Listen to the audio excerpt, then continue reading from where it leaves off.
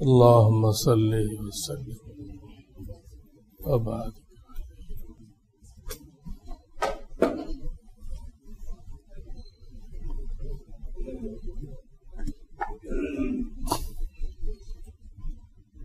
الحمد لله وكفى وسلام على عباده الذين اصطفى.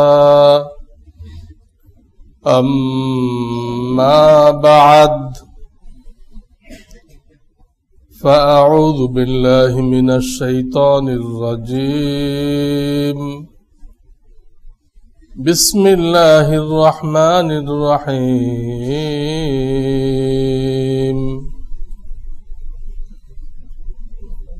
كلوا من رزق ربكم واشكروا له بلدة طيبة ورب غفور.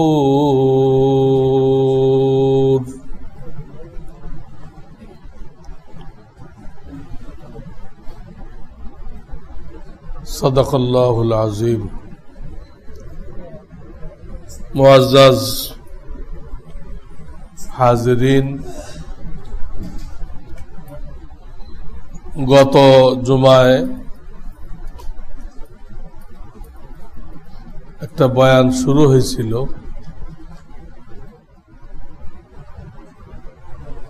শেষ হয় নাই। ওটার অবশিষ্ট অংশ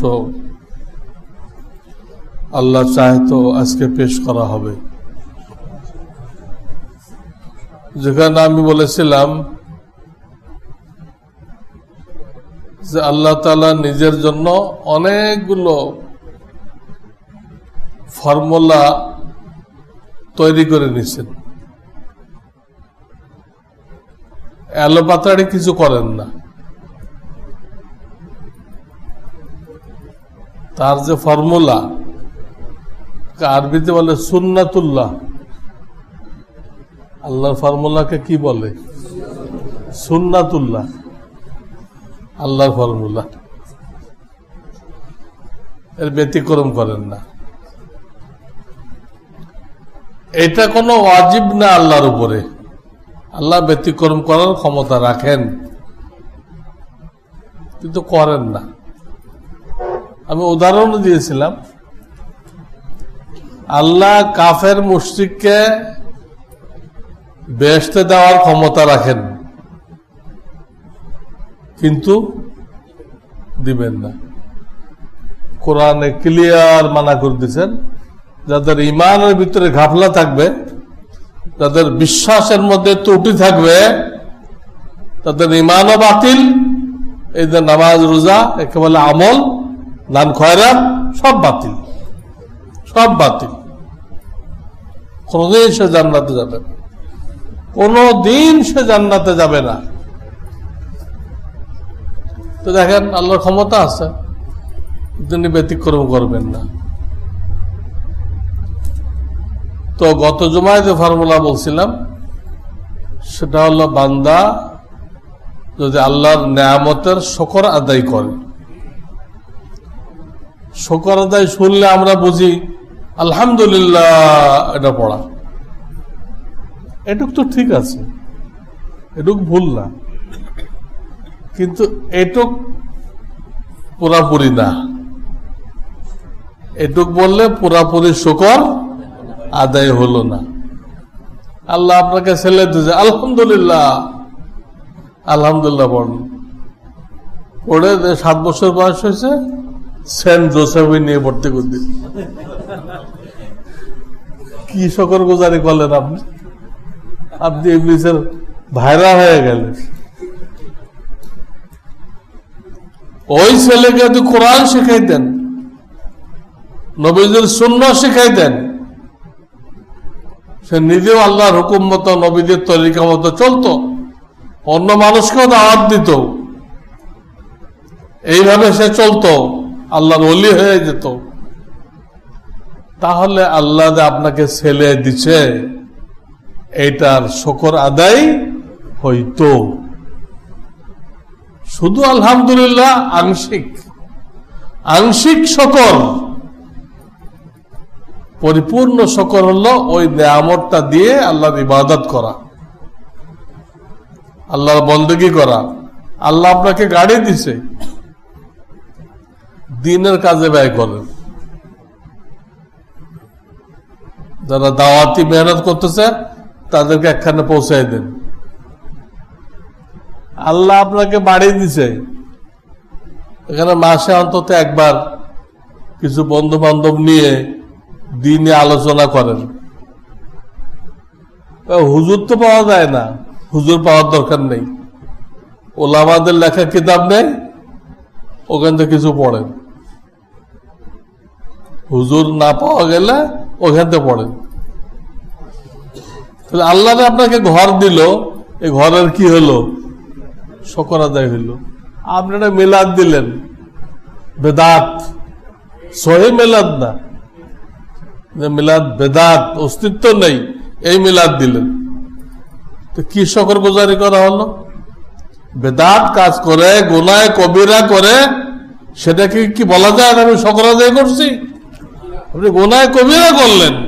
বেদাত তো নিকৃষ্ট হারাম, অন্য হারাম থেকে তওবা নসিব হয়, কিন্তু বেদাত এমন হারাম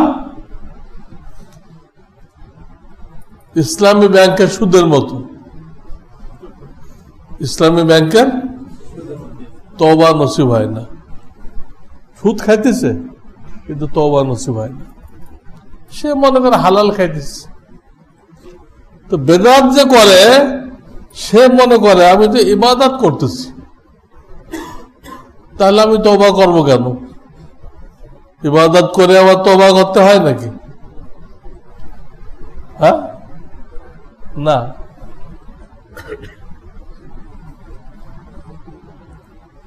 তো আমরা বাড়ি করতে পারলে, দোকান দিতে পারলে, ফ্যাক্টরি দিতে পারলে আমাদের শুকরগুজারি হলো একটা হারাম কাজ, একটা বেদাত কাজ। ওরকম মৌলবী পাওয়া যায়, কোরআন শরীফ গলায় ঝুলায় হাঁটতে থাকে, যে ডাকে লাব্বাইক। এক লোক সিনেমা দিছে, সিনেমা হে ডাকছে, হুজুর তেলাওয়াত করে সিনেমাটা উদ্বোধন করে দেন, ওইখানে চলে গেছে।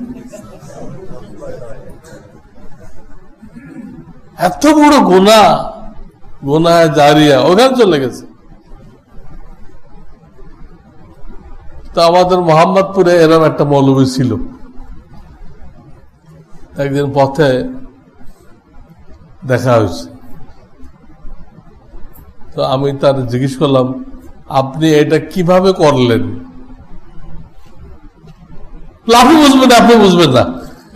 এগুলো যারা 3 দিন না খেয়ে থাকে তাদের জন্য মরা মুরগিও খাওয়া যায় না, আমার জন্য এগুলো যায়।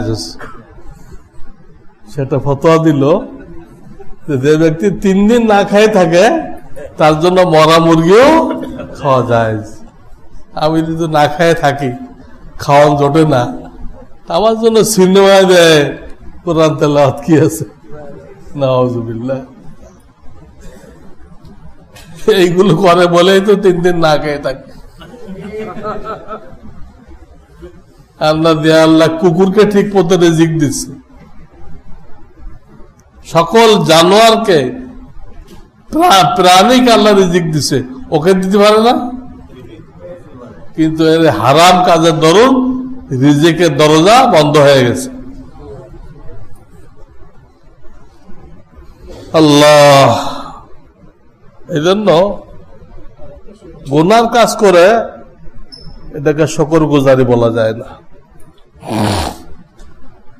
তো আল্লাহ তাআলার ফর্মুলা হলো, নিয়ামত পাওয়ার পরে যে ওই নিয়ামত দ্বারা আল্লাহর ইবাদত করবে, ঈমান ঠিক করবে, নামাজ রোজা কোরআন তেলাওয়াত ঠিক করবে, হালাল হারাম বেশি চলবে, বাপ মা বিবি বাচ্চা পাড়া প্রতিবেশীর যে অধিকার, মানব অধিকার, এগুলো আদায় করবে,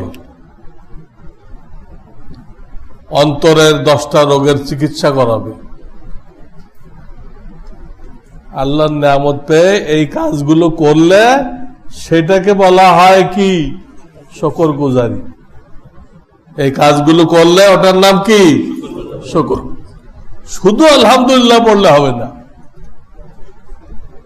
এইগুলো করতে হবে। এইগুলো না করলে সে শয়তানের গোলামি করতেছে, শয়তানের শুকরগুজারি করতেছে। আর এটাই মানুষের স্বভাব। রেজেক পাইলে গুনাহ করাটাই মানুষের কি? কোন গুনাহের মধ্যে টাকা খরচ করবে, হাত কামাইতে থাকে। এত কোটি কোটি টাকা কি করবে, দিশা পায় না। তখন লোকদের কাছ থেকে গুনাহের তালিকা সংগ্রহ করে। কোন বই বের হয়েছে কিনা জানি না, আমার বইতে তো আছে। কিতাবুল ঈমানের ৪র্থ অধ্যায়ের ভিতরে গুনাহ কবিরার তালিকা দেওয়া আছে। এইগুলো করে।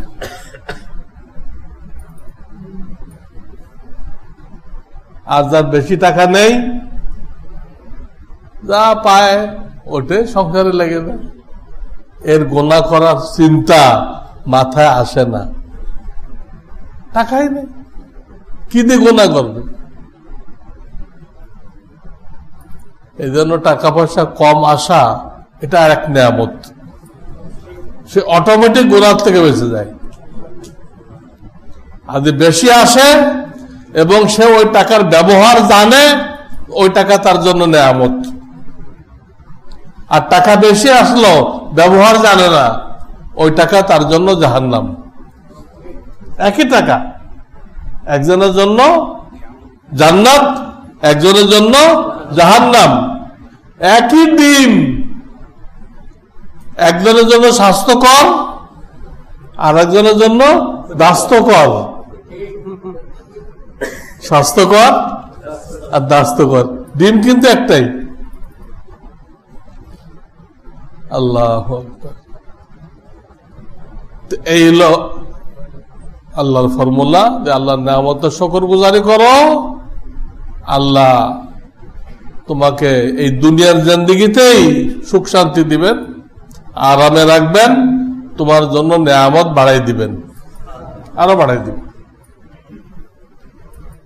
আর যদি উল্টা করো, ব্যতিক্রম করো, নিয়ামত ছিনাই নেবেন, তোমার উপরে আযাব নাযিল করবেন, আযাব নাযিল করবেন।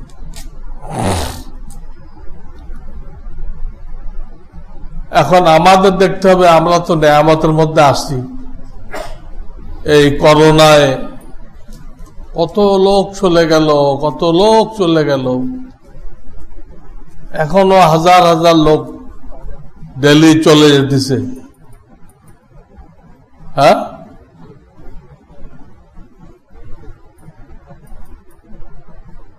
আল্লাহ আমাদেরকে হায়াতে রাখছেন। এর জন্য আমরা কি করেছি? এটা তো গুনাহের কারণে আসছে। হাদিস আছে, তোমাদের গুনাহ করো, আল্লাহর নিয়ামতের নাশুকরি করো, তো তোমাদের উপরে এমন এমন রোগ ব্যাধি পাঠানো হবে, তোমরা যেগুলো নামও শোনো নাই।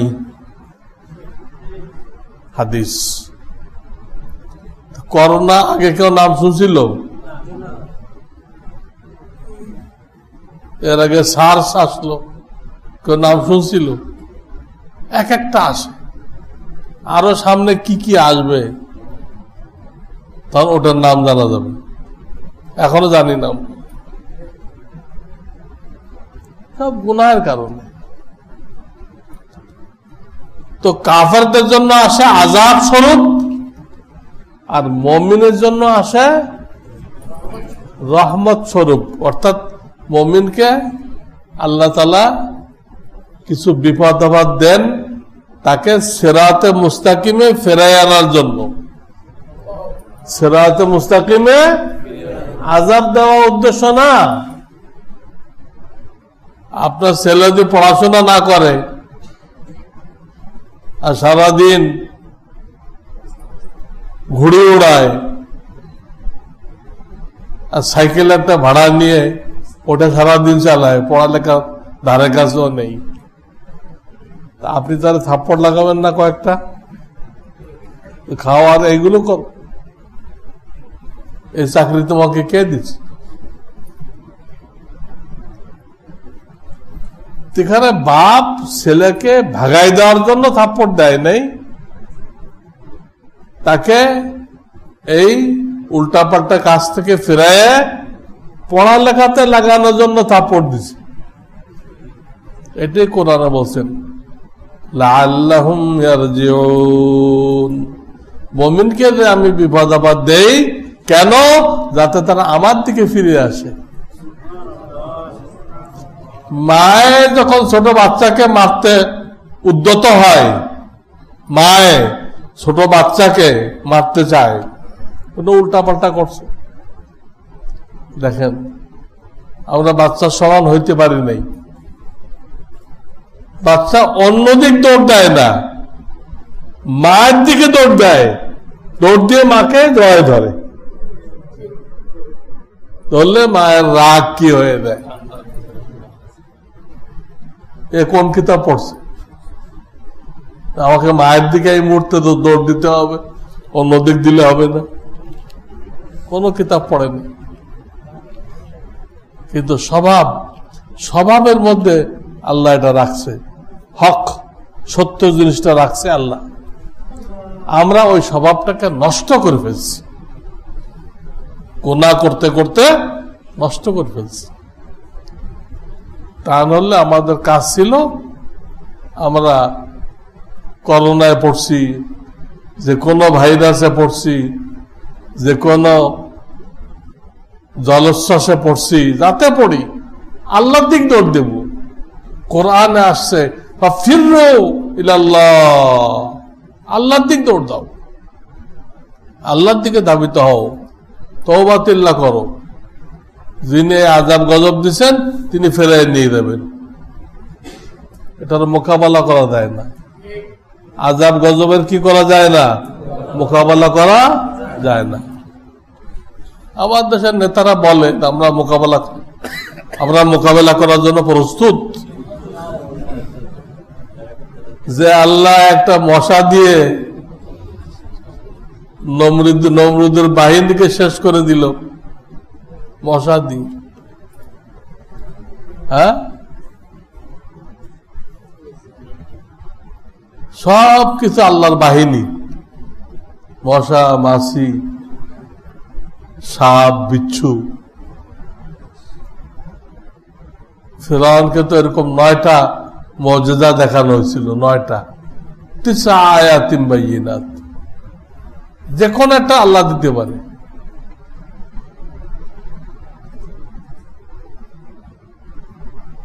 রাজশাহীতে শাহ মাকদুম রহমাতুল্লাহ আছে, ওখানে এক হিন্দু রাজা ছিল, উনি তো আরব দেশ থেকে আসছিলেন, ওনার সাথেও মুসলমান ছিল। ওই নদী উনি কুমিরের পিঠে শহর হয়ে পার হয়েছিলেন। ওই হিন্দু বাচ্চার সাথে যুদ্ধ হয়েছিল না, তো উনি ওনার পায়ের থেকে একখান খড়ম ছুড়ে দিছিলেন, একখান খড়ম। এই খড়ম এইরকম গণহারে পিটাইতে আরম্ভ করলো হিন্দু রাজার বাহিনীকে, সব মাথা মোতা ভেঙে গেল, শেষ। উনি ওখানে ইসলামী হুকুমত কায়েম করলেন। এখনো উনি শুয়ে আছেন পদ্মা নদীর তীরে, পদ্মা নদীর তীরে এখনো উনি শুয়ে আছেন, শাহ মখদুম। তা আল্লাহ যেরকম মশা দিয়ে একটা এত বড় বাদশাকে খতম করলেন, তার এক বান্দা গোলাম খড়ম দিয়ে এক বাহিনীকে শায়েস্তা করলেন। সে আল্লাহর সাথে মোকাবেলা করা যায়? সম্ভব? অসম্ভব। তো যাই হোক, কওমে সাবার কথা বলতেছিলাম। কওমে সাবা এক ব্যক্তির নাম, পরে ওই ব্যক্তির নামে একটা গোত্রের নাম হয়ে গেছে। থাকতো কোন জায়গায়? ইয়ামানের রাজধানী হলো সনা। সনা থেকে 3 মাইল দূরে একটা শহর আছে মাআরিব। শহরের নাম কি? মাআরিব। এখানে তাদের বসবাস ছিল। তো তাদের নেয়ামতের কথা আমি গত জুমায় বলেছি না? তাদেরকে এমন পরিষ্কার পরিচ্ছন্ন শহর আল্লাহ তাআলা দিয়েছিলেন যেখানে কোনো মশা মাছিও ছিল না। গত জুমায় ব্যাখ্যা করছি। তাদেরকে এইরকম ফলের বাগান দিছিলেন যে ফল পাড়ার দোকান নেই। একটা খালি টুকরি মাথায় নিয়ে ওই গাছের নিচ দিয়ে যান, 5-10 মিনিট গেলে আপনার টুকরি ভর্তি হয়ে যাবে।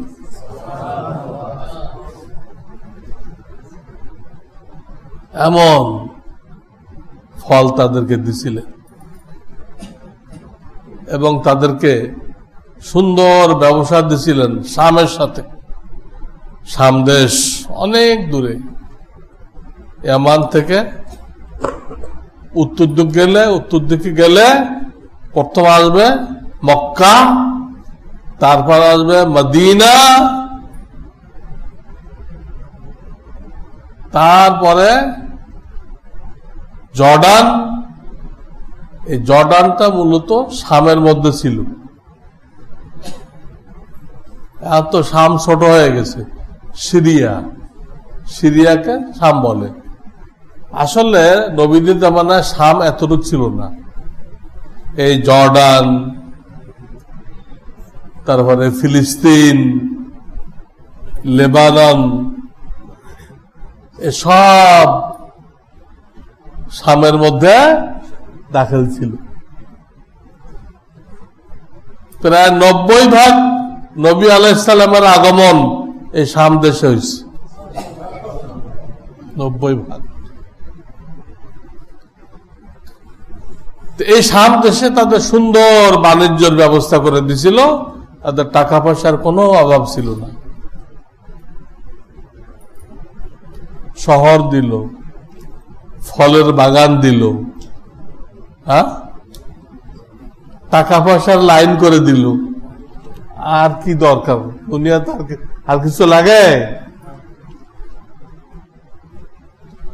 গ্রাম দেশে বলে টাকা থাকলে তো বাঘের চোখ মেলে, তার মানে সব জরুরত পুরা করা যায়। তো আল্লাহ নেয়ামত তাদেরকে খুব দিয়ে রাখছিলেন।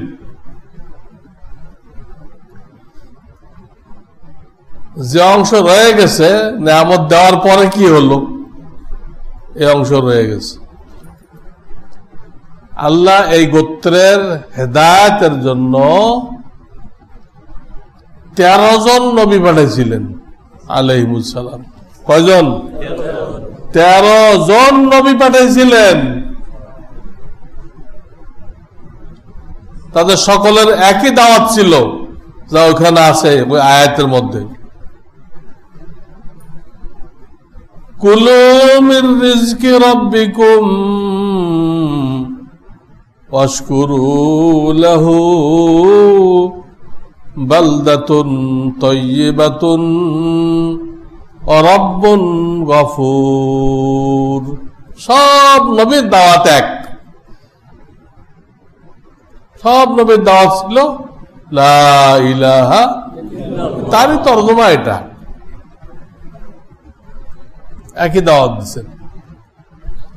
আল্লাহ তোমাদের যা রিজিক দিচ্ছেন এগুলো খাও, ব্যবহার করো। আল্লাহ রিজিক খাও, ব্যবহার করো। হালাল হইতে হবে। খায় কি করবা? অশকুরু লাহু, আল্লাহ শুকর আদায় করো, তার ইবাদত করো, তার নিয়ামত খাও আর তার শুকর আদায় করো। কি নিয়ামত তাও মনে করে দিলেন, বালদাতুন তয়্যিবা, তোমাদেরকে সুন্দর শহর তিনি দিয়েছেন, মশা মাছি সারপোকা কিছুই নেই। বালদাতুন, বালদাতুন থামলে বালদা, এর অর্থ শহর। তয়্যিবা মানে সুন্দর, বালদা মানে শহর।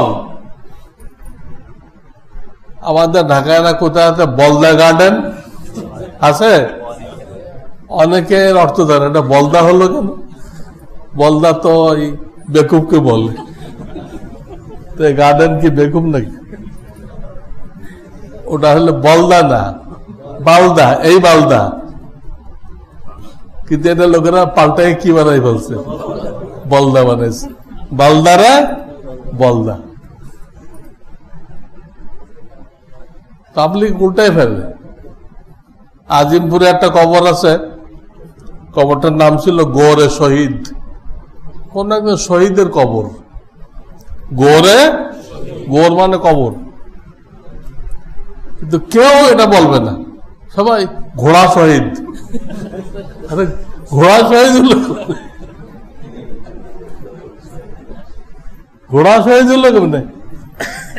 ঘোড়া কি শহীদ হয়? সব উল্টাই ফেলে। উত্তম শহর তোমাদেরকে দান করছে। রব্বুন গফুর, আর তোমাদের রব পাল্লেওয়ালা, তিনি বড় মাফ করনেওয়ালা, বড় দয়ালু, বড় দয়ালু। আসমান সমান গুনাহ করে ফেলছ, ওই আল্লাহর কাছে স্বীকার করো, মাপ চাও, এক সেকেন্ডে তোমার আসমান সমান গুনাহ ধূলিসাৎ হয়ে যাবে, ভস্মীভূত হয়ে যাবে, শেষ। তিনি এমন একটা জিনিস তোমাকে দিয়ে রাখছেন, তওবা। এত পাপ, 90 বছর 100 বছর আল্লাহর সাথে শিরক করছে, মূর্তি পূজা করছে, এখন আল্লাহ ভুল করছি, শয়তানের ধোঁকায় ভুল করছি, আল্লাহ মাফ করে দাও কইল। 100 বছরের শিরক কি হয়ে গেল? এই এক কথা বলার সাথে সাথে মাফ হয়ে গেল। প্রত্যেকদিন মাফ চাওয়ার দরকার নেই, এক গুনার জন্য একবার মাফ চাইলেন যথেষ্ট।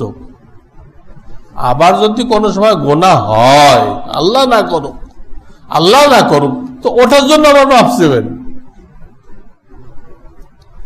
কিছু বেএলেম পীর আছে, বেএলেম, এলেম কালাম নেই, তারা মুরিদানরা শিক্ষা দেয়, প্রত্যেক দিন তাহাজ্জুদ পড়ে জীবনে কি কি গুনাহ করছো এগুলো মনে করে খুব কান্নাকাটি করবা। প্রত্যেক দিন পিছনে সব গুনাহ মনে করতে হবে, করে কান্নাকাটি করতে হবে। তাদের এই কথাটা শরীয়তের দৃষ্টিতে ভুল, শরীয়তের দৃষ্টিতে ভুল। প্রথম যখন মাফ করছিলেন, চাইছিলেন আল্লাহর কাছে, আল্লাহ তার ওয়াদা, আল্লাহ তো ওয়াদা করছেন, তুমি মাফ চাও আমি মাফ করে দিব, আল্লাহ ওয়াদা করছেন। আল্লাহর ওয়াদা অনুযায়ী প্রথমবারে কি হয়ে গেছে? মাফ হয়ে গেছে। দিল্লি আবার সেটা করতেছেন, তার কি অর্থ দাঁড়ায়? মাফ হয়নি। দিল্লি আবার সেটা করতেছেন, আল্লাহ মাফ করে দিছে, তাহলে অর্থ কি? আল্লাহ ওয়াদা পুরা করে নাই, আমাকে মাফ করে নাই, তা আল্লাহর সাথে কুধারণা সৃষ্টি হয়ে গেল, বদগুমানের সৃষ্টি হয়ে গেল। শরীয়তে সূক্ষ্ম সূক্ষ্ম কথা বুঝতে হবে। একবার তওবা করছেন, ওটা মনে করবেন না, ইয়াকিন করবেন যে আল্লাহ মাফ করে দিচ্ছেন, আল্লাহ মাফ করে দিচ্ছেন, আল্লাহ ওয়াদা করছেন, আল্লাহ ওয়াদা খেলাফ করেন না। তো নবীগণ এটা মনে করাই দিল তো সামনের এক আয়াতে আছে যে অল্প কিছু লোক নবীদের কথা মানল, তারা ঈমান আনলো, আমল ঠিক করলো, অল্প কিছু লোক, ইল্লা কলিলাম মিনহুম। আর বেশিরভাগ লোক কি করলো? ওই সমাজে কিছু ভণ্ড ছিল।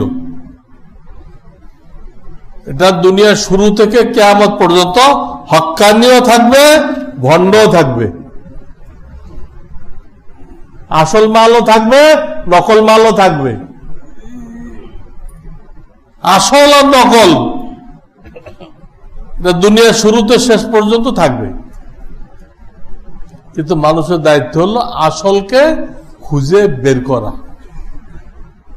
আসলটা এত সহজে পাওয়া যায় না, আর নকলটা এত চালু হয়ে যায় যে মানুষ ওটাতে অভ্যস্ত হয়ে যায়, আসলটাকে কি বলে? নকল মনে করে। শীত করে শোয়াইতে শোয়াইতে এমন অভ্যস্ত হয়ে গেছে, যখন আমরা হাদিস পেশ করি, শীত করে শোয়াবেন না মুর্দাকে, ডাইন কাটতে শোয়াবেন, এই কি কয় হুজুর, মুর্দার কষ্ট পাবে না? দেখেন আমি আসলটা করতেছি, এটা তারা মানতেছে না, কয় এটা এত শুনি নাই কোনোদিন। উল্টাটাই এত অভ্যস্ত হয়েছে, ওটাকে ঠিক মনে করতেছে, ওটাকে ঠিক মনে করতেছে। আর হক্কানি ওলামায়ে কেরাম সঠিকটা যে বলতেছে, বারবার বলা হইতেছে তারাবি নামাজের টাকা দিবেন না, ব্যক্তিগত হাদিয়া দেন, কিন্তু মানবে না, ওই কালেকশন করে তারপর দিবে। তারাবির টাকা দিবেন না, ব্যক্তিগত হাদিয়া দেন, খাতা কলম খুলে চান্দা কালেকশন করবেন না, হারাম, তারাবি নষ্ট হয়ে যায়, কিন্তু মানতেছে না। ওই আগেরটা যা চলে আসছে ওটা চালাই দিচ্ছে। তো ওই সমাজে কিছু ভণ্ড ছিল,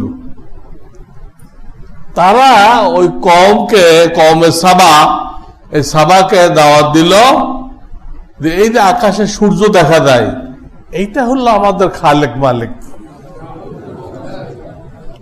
প্রত্যেকদিন এই সূর্য যখন উদয় হয়, তখন যদি এই সূর্যকে সেজদা করা হয়, আর কি কুর্নিশ টুর্নিশ আছে না, এগুলো জানানো হয়, তাহলে বাস সূর্য খুশি থাকবে, আমরা সবসময় এই নেয়ামত পাইতে থাকবো। তারা বুঝালো এইটা ভণ্ডরা। আর ওই জামানা তো ছিল, এই যত দিল্লুর রহমান, যত দেওয়ানবাগি, সব তো ওই জামানাও ছিল, তারা এইগুলো বুঝাইলো। এই বিলকিস তো পরে মুসলমান হয়ে গেছে, সুলাইমান আলাইহিস সালামের কাছে যাই মুসলমান হয়ে গেছে। সে তো এই কওমের একটা মানুষ, একটা মহিলা। তার ব্যাপারে অন্য আয়াত আছে যে তার কওম কানু ইয়াসজুদুনা লিশ-শামস, তারা সূর্যের ইবাদত করত। এখনো সাধারণ হিন্দুরা করে না, হিন্দুদের মধ্যে যারা ব্রাহ্মণ ঠাকুর আছে না, ওরা করে। ওরা সভ্যতা হইলে এই বুক সমান পানির মধ্যে দাঁড়ায় থাকে, এরকম নমস্কার করে দাঁড়ায় থাকে, থরথর করে কাঁপে শীতে, আর দাঁড়ায় থাকে, সূর্যের দিক চাই দাঁড়ায় থাকে। সূর্যের ইবাদত ব্রাহ্মণরা, হিন্দু ধর্মের ব্রাহ্মণরা এটা করতে হয়।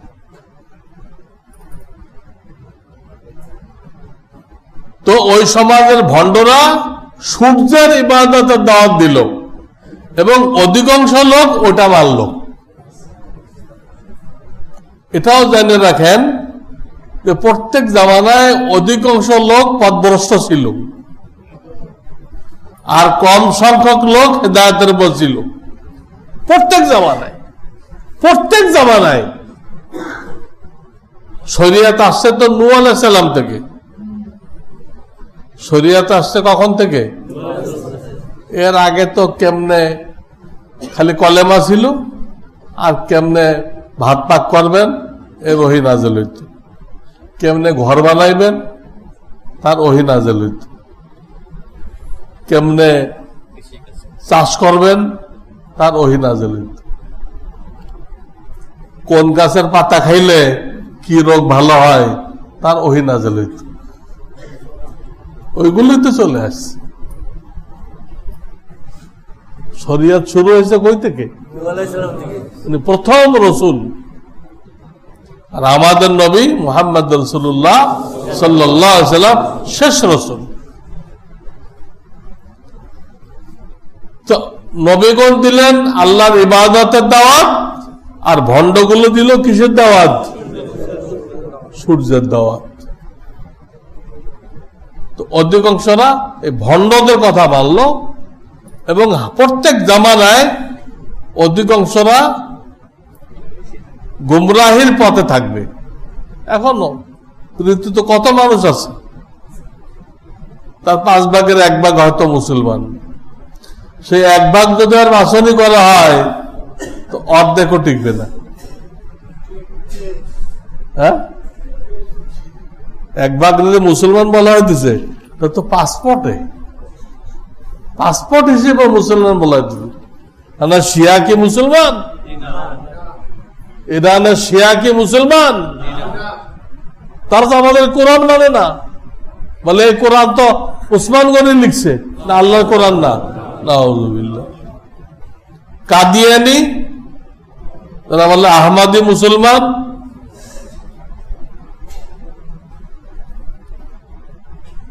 এরা তো এক রাজ্যই বানাই ফেলছে, পঞ্চগড়। আমি গত রবিবার গেছিলাম সেখানে। তো তারা আমাদের নবী মুহাম্মদ রাসূলুল্লাহ সাল্লাল্লাহু আলাইহি ওয়াসাল্লামকে শেষ নবী মানে না। আমাদের নবীর পরে নাকি আর এক নবী আসছে। কোথায়? পাকিস্তানের কাদিয়ান শহরে। ওই কাদিয়ান থেকে ওদেরকে কাদিয়ানি বলে। তাহলে এখনো কি অধিকাংশ পথভ্রষ্ট না? ভালো মানুষ 5 ভাগের 1 ভাগ নামে, বাস্তবে তাও না, তারও অর্ধেক। এই কাদিয়ানি, শিয়া, রিজভি এগুলো বাদ দিলে অর্ধেকও টিকবে কিনা দেখেন। কত লোক মুসলমান, কয়জন নামাজ পড়ে, কয়জন যাকাত দেয়, কয়জন হজে যায়, কয়জন বাপ মায়ের হক আদায় করে, স্ত্রীর হক আদায় করে, নাম কে আসতে? পাসপোর্টে তো তসলিমা নাসরিন মুসলমান, আসলে কি সে মুসলমান? সে পুরা কোরআনের সংশোধন চাইছে। ভারতের কোর্টে তো 26টা আয়াতের সংশোধন চাইছে, 26টা আয়াতের। আর তসলিমা নাসরিন কি চাইছে? পুরা কোরআন ফের সম্পাদনা করতে হবে। নাউযুবিল্লাহ। মুসলমান ঘরের মেয়ে হয়ে ময়মনসিংহের কলঙ্ক, সে এই কথা বলছে, যার কারণে সারা জীবনের জন্য দেশ ছাড়া। তারপর তো শুনছি করোনায় পাকড়াও করছে। করোনায় করুণা করে নাই তাকে। তো অধিকাংশ লোক গুমরাহ থাকে। এই জন্য কোরআন আল্লাহ বলে দিয়েছেন 8ম পারার 1ম পৃষ্ঠায়, ওয়াইন তুতি আকসারা মান ফিল আরদ ইউযিল্লুকা আন সাবিলিল্লাহ। অধিকাংশ মানুষ কি করে, এটা দেখে দেখে যদি তুমি চলো, তুমি পথভ্রষ্ট হয়ে দেবা। এই আয়াত কিন্তু গণতন্ত্রের শিকড় কেটে দেয়। এই আয়াতটা অন্তত 20টা আয়াত আছে কোরআন শরীফে, গণতন্ত্রের শিকড় কেটে দেয়। সেখানে তো এটাই, অধিকাংশ লোক যা বলবে ওটাই ফয়সালা। আর এখানে গতিতে অধিকাংশ লোক যদি ফলো করো তো কি হয়ে যাবা, গোমরা হয়ে যাবা। সহি লোক, হক্কানি লোক, আল্লাহওয়ালা লোক প্রত্যেক জামানায় অল্প, প্রত্যেক জামানায় অল্প। ওটা বেছে বের করতে হবে। তার দরবারে বসলে 2-4 দিন আপনার আন্দাজ হয়ে যাবে যে এই লোকটা কি হক্কানি না দুনিয়াদার। যে কোনো আলেমের মজলিসে আপনি কয়েকদিন বসেন, প্রত্যেককে আল্লাহ এতটুকু জ্ঞান দিচ্ছে। যদি আল্লাহ আল্লাহ হয় তো বুঝবেন, কেমনে বুঝবেন? সে আপনাকে আল্লাহর সাথে জোড়াই দিতে চাইতেছে, আপনার থেকে কিছু পাওয়ার সে প্রত্যাশা করে না। তার নজর আপনার পকেটের দিকে না। আর যদি দুনিয়াদার হয়, সব কোরআন কিতাব পড়ে পড়ে বলবে, কিন্তু নজর কোন দিকে? পকেটের দিকে। যা সমস্যা বলবেন, নজরানা পেশ করো। নজরানা পেশ না করলে সমস্যা দূর হবে কেমনে? কয়েকদিন পর আসে হুজুর নজরানা দিছিলাম, তাও তো গেল না। তোমার নজরানাটা ছোট হয়ে গেছে, তুমি বখিলি করছো, বড় নজরানা।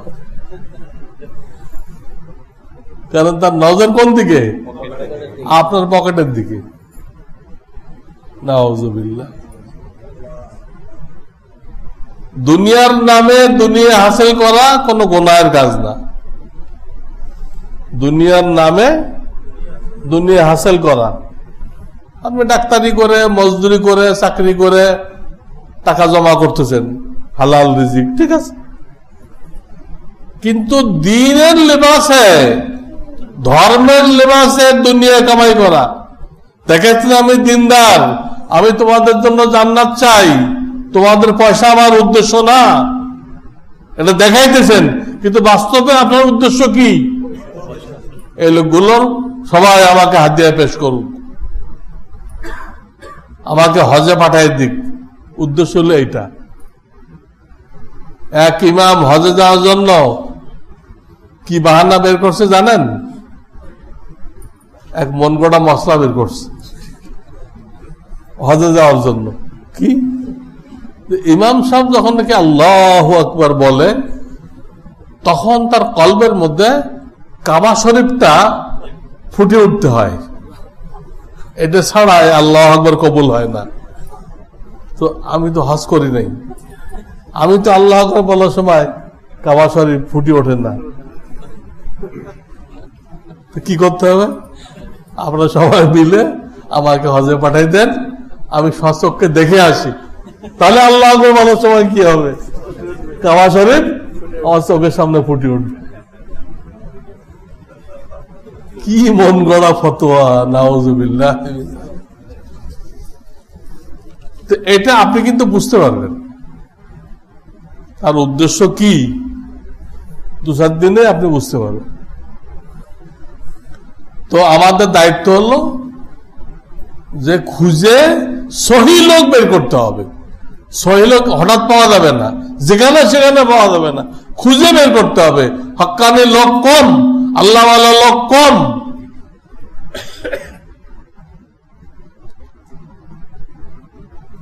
যেমন কমে সাবার ভিতরে নবীদের মাননেওয়ালা লোক কম, আর সূর্যের পূজারই বেশি।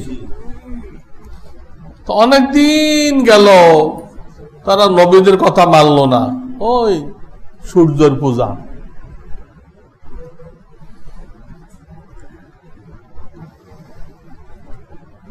তো আল্লাহ তাআলা তাদেরকে আযাব দেওয়ার সিদ্ধান্ত করলেন। 13 জন নবী পাঠাইলাম, তোমরা এক আল্লাহকে চিনলা না, তোমাদের কাছে নিয়ামত থাকবে না। আযাবটা কিভাবে দিবেন? এই মাআরিব শহরটা এর দুই পাশে, শহরের দুই পাশে দুটা পাহাড় ছিল। কি ছিল? পাহাড় ছিল। দেখেন ওই জামানার লোকেরাও কিরকম এগ্রিকালচার জানতো। আপনারা মনে করছেন আমরা এগ্রিকালচার জানি, আর আগের লোকেরা সব বোকা ছিল। ওই পাহাড়ের পানিতে শহর প্লাবিত হয়ে যেত। শহর কি হতো, ওরা বুদ্ধি করে এই দুনো প্রান্তের যে পাহাড়, এই পাহাড়ের চারিপাশে অনেক চওড়া করে ওয়াল তুলে দিল। কি তুলল? ওয়াল, দেওয়াল তুলে দিল, দুনো পাহাড়কে ঘেরাও করে দিল। দিলে পাহাড়ের উপরে যত বৃষ্টি পড়তো সব পানিগুলো ওই ঘেরার মধ্যে থেকে যেত। দেখেন ওদের এগ্রিকালচার দেখেন, এই যে ওয়াল দিয়ে রাখছে পাহাড়ের চারিপাশে, এর মধ্যে 3টা ছিদ্র রাখছে, দরজা রাখছে। একটা একটু উপরের দিকে, একটা মাঝের দিকে, একটা নিচের দিকে দরজা রাখছে। প্রথম উপরটা খুলতো, ওইটা পানি আসতো, আর ওরা পরিকল্পিত ভাবে খাল খুঁজছিল, 12টা খাল খুঁজছিল। ওখান থেকে পানি আসতো, ওটা 12টা নালা দিয়ে তাদের বাগান, ওখান থেকে পানি দরকার, ওই জরুরত পুরা করে দিত। ওটা দিয়ে যখন পানি আর আসতো না, তখন কোনটা খুলতো? দ্বিতীয়টা, মাঝখানেটা খুলতো। হয়তো পানি আসতো, পানির লেভেল নেমে গেছে, পানিটা লেয়ার থাকে না, এই মাটির নিচে লেয়ার আছে, কোথাও আছে একটা পাইপ গাড়লে পানি ওঠে, কোথাও আছে 8-10টা গাড়লে পানি ওঠে। আর পাহাড়ে তো 1 হাত গেলে পানি ওঠে, পাহাড়ে 1 হাত গেলে পানি পাওয়া যায়। মাঝখানটা খুলে দিত, ওইভাবে 12টা নালা দিয়ে ওদের বাগানে দিত। ওটা দিয়ে যখন পানি আসতো না, তখন খুলতো কোনটা? নিচেরটা। দুনো পাশে, শহরের দুনো পাশে তো পানি আটকানো হয়েছে। শেষ সপ্তাহের পানি শেষ হইতে না হইতে আবার বর্ষাকাল আসে যেত, আবার পানি কি হয়ে দিত? ভরে যেত। ওটা ওরা সারা বছর ব্যবহার করত, ওদের বাগানগুলো আবাদ রাখত। বুঝছেন তাদের এগ্রিকালচার শিখতে হলে কোরআন থেকে নিতে হবে, কিভাবে বাদ দিতে হয়, কিভাবে পানি প্রবাহিত করতে হয়, খাল নিজেরা খনন করতে হয়। আল্লাহর কুদরতে অনেক খাল হয়ে আছে, এরপরও কি করতে হয়? নিজেরা খনন করতে হয়। অনেক দেশে আমি দেখছি সরকার খাল খনন করছে, সোজা খাল, একদম তীরের মতো সোজা, ওটা দিয়ে পুরা এলাকায় পানি প্রবাহিত করে দিচ্ছে।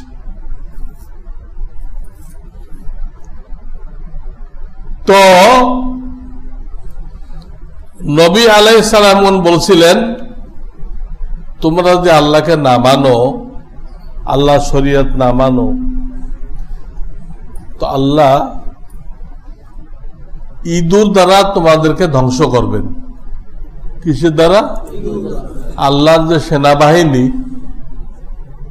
এর মধ্যে একটা বাহিনীর নাম হলো এই মিস্টার ইঁদুর। আল্লাহ সেনাবাহিনী এরা, ইঁদুর দিয়ে তোমাদেরকে ধ্বংস করবেন। এটা নবীরা বলছে, বলে গেছে, তাদের কিতাবেও লেখা আছে। দীর্ঘদিন দাওয়াতের পরে, যেমন দীর্ঘদিন দাওয়াতের পরে নূহ আলাইহিস সালামের উম্মত ধ্বংস হয়ে গেল। নূহ আলাইহিস সালাম তো ইমানদারদেরকে নিয়ে কাশতিতে উঠে গেল, বাকিরা সব ডুবে বলল। এরাও দীর্ঘদিন পরে যখন ইমান আনলো না, তো আল্লাহ তাআলা ইঁদুর পাঠাই দিলেন। পাহাড়ের যে বাঁধ, ওই বাঁধের গোড়ায় ইঁদুর দেখা গেল। এই ইঁদুর দেখার সাথে সাথে যারা মুমিন ছিল, নবীকে মাননেওয়ালা ছিল, তারা সব ওই এলাকা ছেড়ে চলে গেছে, সব চলে গেছে। ওরা বুঝছে যে এই আযাব কিছুক্ষণের মধ্যে আসবে। কিন্তু কিতাবেও আছে, আমাদের নবীগণও বলছেন যে তোমাদেরকে ইঁদুর দ্বারা ধ্বংস করা হবে। এতে ইঁদুর এসে গেছে, মুমিনরা সব বেঁচে গেল। নবীদেরকে যারা মানবে তারা দুনিয়াতেও বাঁচবে, কবরও বাঁচবে, হাসরও বাঁচবে, সব জায়গায় আল্লাহ বাঁচাই দিবে। তারা ওই এলাকা ছেড়ে চলে গেল, ইঁদুর দেখেই চলে গেল। না, এখানে আর থাকা যাবে না, আযাবের নমুনা এসে গেছে। কিন্তু তারা সূর্যের পূজারী ছিল, তারা বললো আমরা এই ইঁদুরের মোকাবেলা করব। এই মোকাবেলা কিন্তু এখান থেকে শুরু হয়েছে, মোকাবেলা করতে শুরু হয়েছে। এখন বুঝছেন আমাদের মন্ত্রীদের মোকাবেলা করা, করোনা মোকাবেলা করার জন্য তারা প্রস্তুত। হ্যাঁ, গাড়িতে পাওয়ার দিবে তার আগে তো চলে গেল। গাড়িতে পাওয়ার দিবে, ডাক্তারের কাছে যাবে, গাড়ি পর্যন্ত তো যেতে পারল না, কি মোকাবেলা করবে? আল্লাহু আকবার। যারা বুঝছেন তারা বুঝছেন। তো তারা বলল আমরা মোকাবেলা করব। তো তারা প্রচুর বিড়াল সংগ্রহ করল ওই ইঁদুরগুলো মারার জন্য। কিন্তু নুন আনতে পান্তা শেষ, নুন আনতে বিড়াল তালাশ করে এনে এত বড় প্রাচীরের চারিপাশে দিবে, কত বিড়াল লাগবে? এই বিড়াল তালাশ করতে করতে ইঁদুরগুলো গর্ত করে ওই ভিতরে ঢুকে গেছে।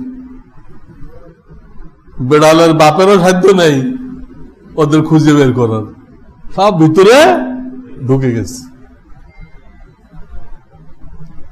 এই এত বড় চওড়া প্রাচীর, ওটাকে একদম তলা দিয়ে ঝাঁঝরা করে দিল। কি করে দিল? ঝাঁঝরা করে দিল। চষলে যেরকম হয়, হাল চাষ করলে এরকম করে দিল ইঁদুরগুলো। এ তো গজবের ইঁদুর, নর্মাল ইঁদুর না, এটা গজবের ইঁদুর।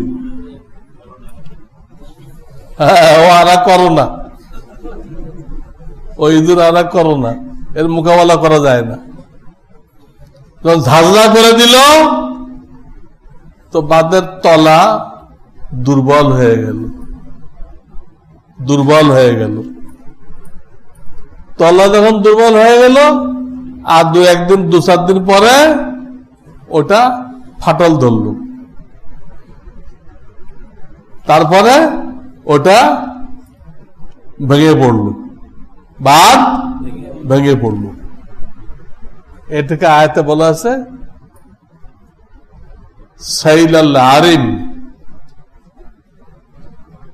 আমি তাদেরকে আযাব দিলাম সাইলাল আরিম, মানে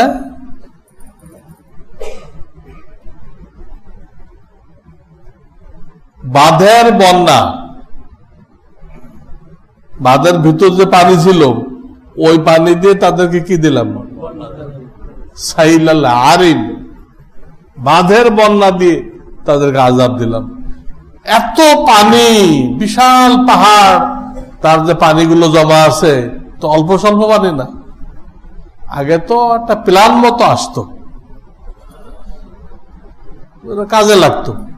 এখন তো প্ল্যান মতো আসতেছে না, সব পানি একসাথে আসতেছে। একসাথে আসার কারণে পুরো শহর তলায় গেল। ওরা বের হইতে চাইছিল কিন্তু বের হইতে পারল না। পানির যে গতি, এই যে জলোচ্ছ্বাস হয়, পানির এখন যে লেভেল আছে এখান থেকে 20 ফুট উঁচা হয়ে আসে, 20 ফুট। তো যে গতিতে আসে মানুষ দৌড়াই পারবে? জলোচ্ছ্বাস যখন শুরু হয়, ঝড় তুফান যখন শুরু হয়, যারা সমুদ্রের তীরে থাকে তারা বলতে পারবে।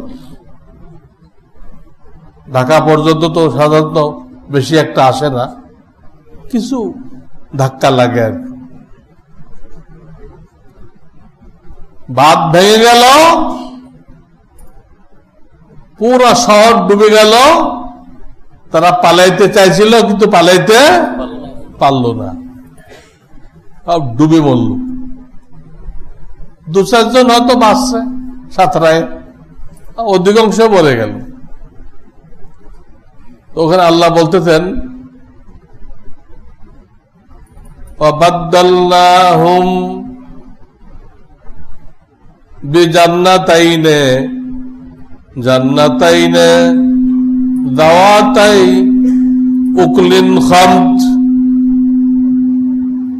وَأَثْلٍ وَشَيْءٍ مِّن سِدْرٍ قَلِيلٍ। আমি যে তাদেরকে বিশাল দুটো বাগান দিছিলাম, বিশাল বাগান, সেই বাগানকে আমি পরিবর্তন করে দিলাম কিসের দ্বারা? সে 2 বাগানকে, ফলের বাগানকে পরিবর্তন করে দিলাম কিসের দ্বারা? 1 নম্বর বলছে উকুলিন খমত। উকুলিন খমত বলে ওই ফলকে যার কোনো স্বাদ গন্ধ নেই, সাংঘাতিক তিতা, অথবা কষ্টে, বুঝেন আপনারা? কষ্টে, কষ, কোনো স্বাদ নেই, এটাকে আরবিতে বলে উকুলিন খমত, বিষাদ। আগের বাগান ধ্বংস হয়ে গেল, এখন কিছু গাছ থাকলো কিন্তু ফলগুলো কি?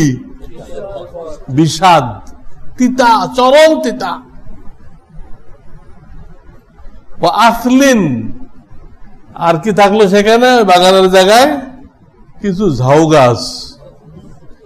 আসলুন মানে যার আর এক নাম হলো সাজারুল এহুদ, ইহুদি গাছ। ঝাউ গাছের আর এক নাম কি? ইহুদি গাছ। ইহুদিদের সাথে যখন যুদ্ধ হবে ঈসা আলাইহিস সালামের, তখন তো সবাই ডেকে ডেকে বলবে,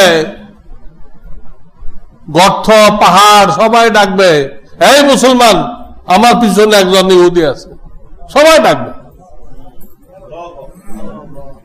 ইহুদিরা তো ছড়াই ছিটাই ছিল, এক জায়গায় কেন করা হয়েছে? একটা নকল হুকুমত কেন দেওয়া হয়েছে?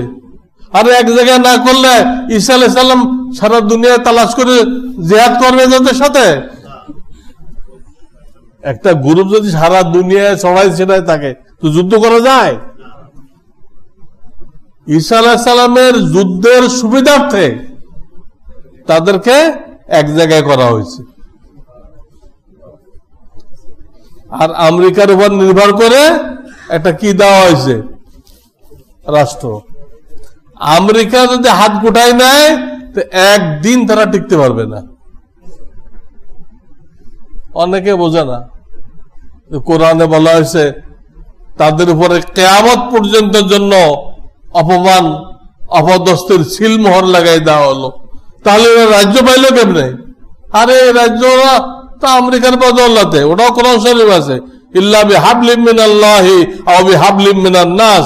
তোমরা দুনিয়াতে টিকতে পারবা না, হয় আল্লাহ সাহায্য নিতে হবে, না মাখলুকের সাহায্য নিতে হবে। আল্লাহ সাহায্য নেওয়া মানে মুসলমান হয়ে যাওয়া, আর মাখলুকের সাহায্য মানে এখন যেটা করতেছে, যে আমাদের সব কিছু মেধা, শক্তি, যা কিছু আমাদের আছে সব তোমাদের জন্য উৎসর্গ, তোমরা আমাদেরকে রক্ষা করো, তোমরা আমাদেরকে রক্ষা করো, আমাদের সমস্ত শক্তি, আমাদের ব্রেন, সবকিছু তোমাদের পক্ষে কাজ করো। এই শর্তে ইসরায়েল তো আমেরিকার গৃহপালিত কুকুর, পোষা কুকুর। এই যে তারা যত ভুল করুক, আমেরিকা সেটা সমর্থন করবে, আমেরিকা ওটা সমর্থন করবে বেহায়ার মতো। এইবার একটু ব্যতিক্রম দেখা গেছে, একটু একটু ব্যতিক্রম দেখা গেছে। যাই হোক,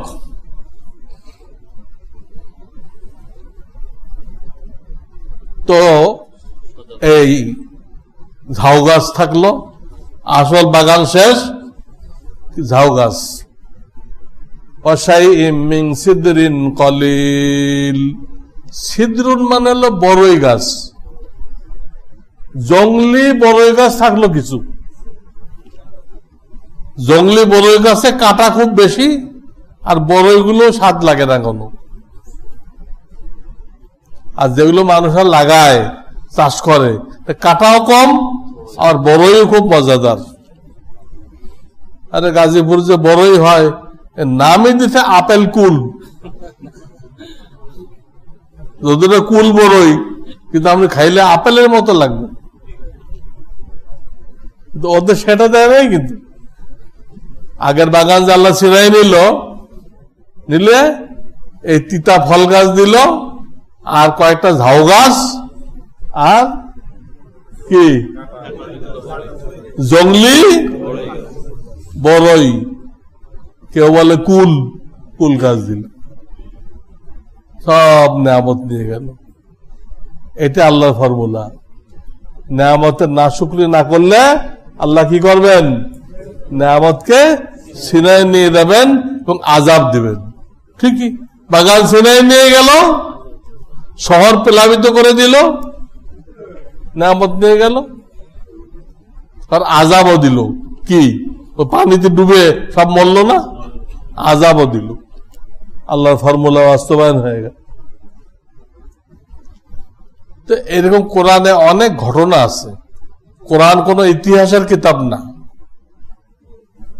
কিন্তু ঘটনা কেন বলছে?